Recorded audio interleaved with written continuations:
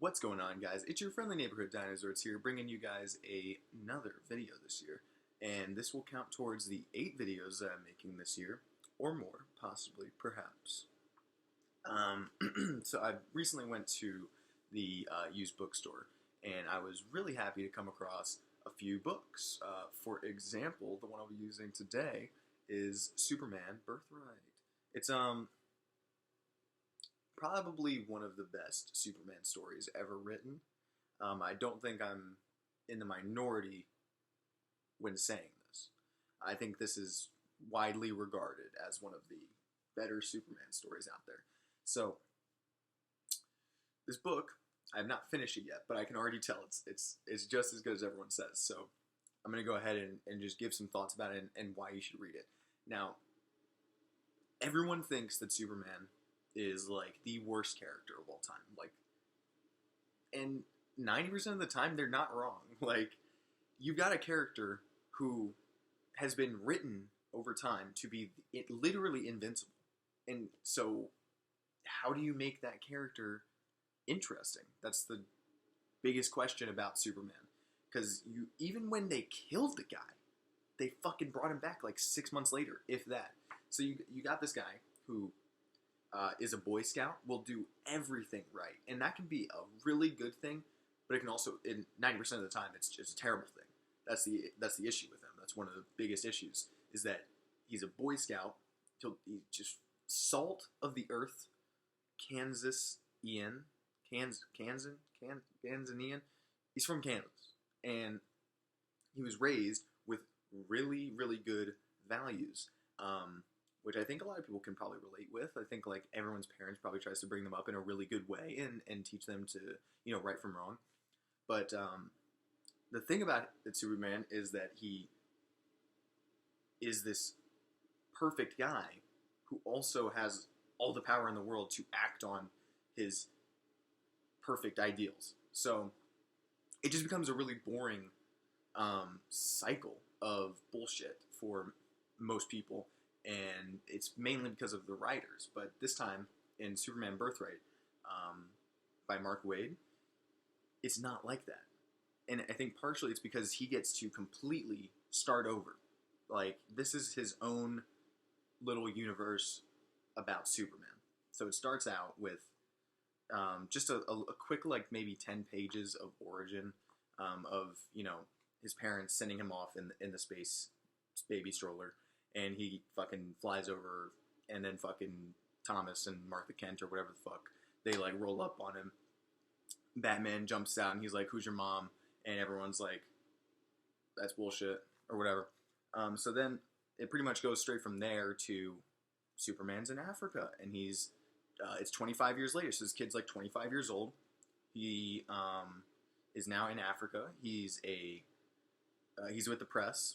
He's doing a story on this guy who is the leader of a tribe, and this tribe is kind of at war, so to speak, with another tribe that's just powerful, more powerful by an order of magnitude. Like, they hold all the power in this relationship. They're almost slaves to these people, and they're kind of taught to be beneath these people. Right, so like the kids are being brought up with textbooks from that tribe. So it'll be like Tarabu's idea of math, and like everyone in the tribe is like, no, like what the fuck, that's stupid. Or like Tarabu's idea of how history went, or Tarabu's idea of how to appreciate music. And so all these kids don't get to be brought up with their own tribe's practices and culture.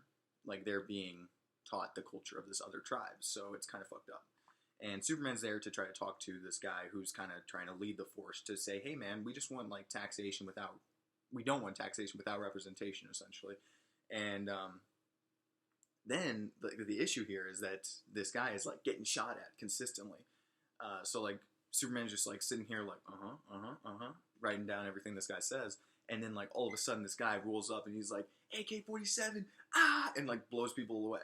And Superman, or Clark in this case, he's not Superman yet. He's not even, like, had that thought, really. But he obviously knows he's got powers and everything like that. So like these guys come out of the blue, and like Superman's just like and like fucking eats bullets for this guy, and kind of like puts his secret identity, before he really has a secret identity, at risk for these people, because like they all know that he's Clark Kent, you know, like they all know that this guy is Clark Kent with the press, and he's just like jumping out in front of bullets and like flying, punching people, doing everything. And any one of these people, granted they're not necessarily the most credible, could very easily go to some other person in the press and be like, yo, Clark Kent, yeah, that guy, he's got something up his sleeve.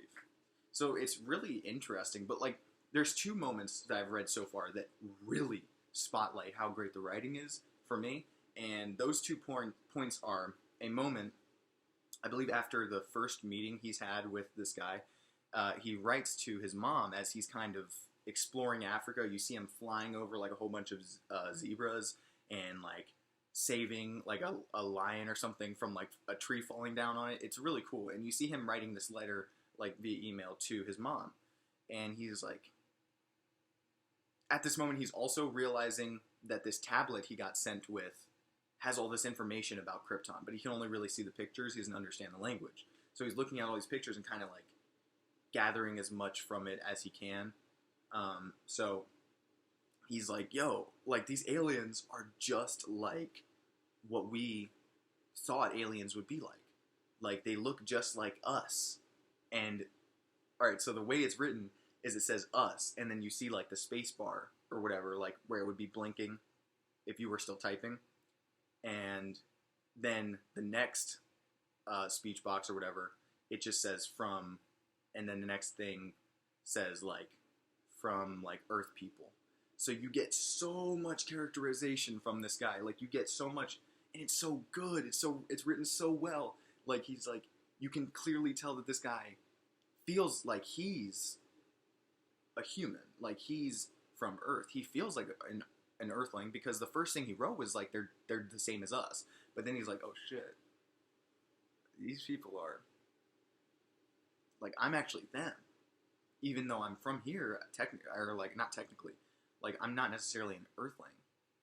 So it's kind of weird, but it's such good writing. And at the same time, I think he's telling her about how he can see an aura around everything. Like anything that's living, there's an aura around it, and it's really beautiful, and no one else can see it but him. And so that's obviously really cool. But I'll get to the point of the auras later, because it comes later. But seeing how he feels like a human, but at the same time almost seemingly doesn't want to offend her by saying that he's a human, you know what I mean? By saying they're the same as us, is really interesting, I think, and makes his character so much more interesting.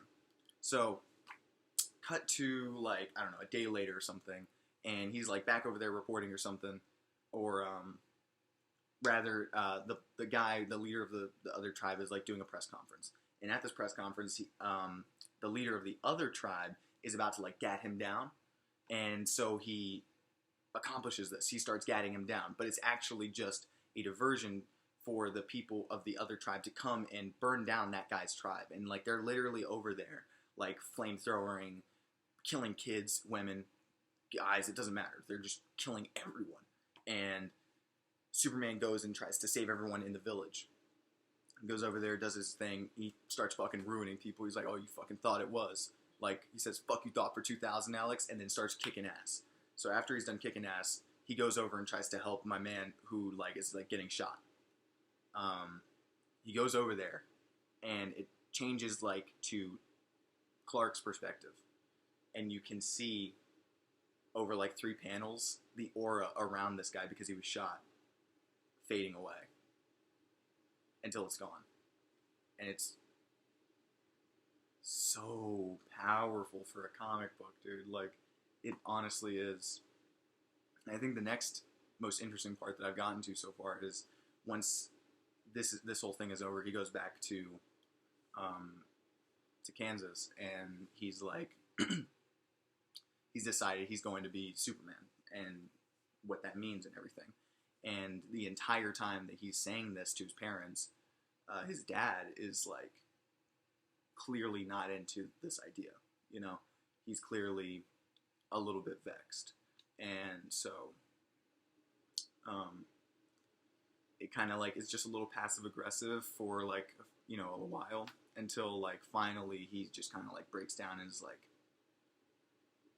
tells him why he's upset about him becoming Superman, and it's really interesting characterization for both his father and Clark, and it's I don't know. This book is really good. If you're looking for a good story in general, pick this up. If you're looking for a good Superman story, though, for sure, pick this up because it's I think it may be the best Superman story I've ever read. So yeah, I think it goes all the way from the beginning of Superman, obviously like as a child, to I don't know, some big fight, I assume, at the end with someone. So it's probably the best Superman story there is currently. It's the most humanizing, the most interesting, best written that I've read. So if you're looking for a good Superman story, pick it up. If you're looking for a good story in general, pick it up. And even if you're not looking for either of those things, I recommended it, so pick it up. And that's my review of Superman Birthright. Well, I'm like 120 pages in. Hope you guys enjoyed.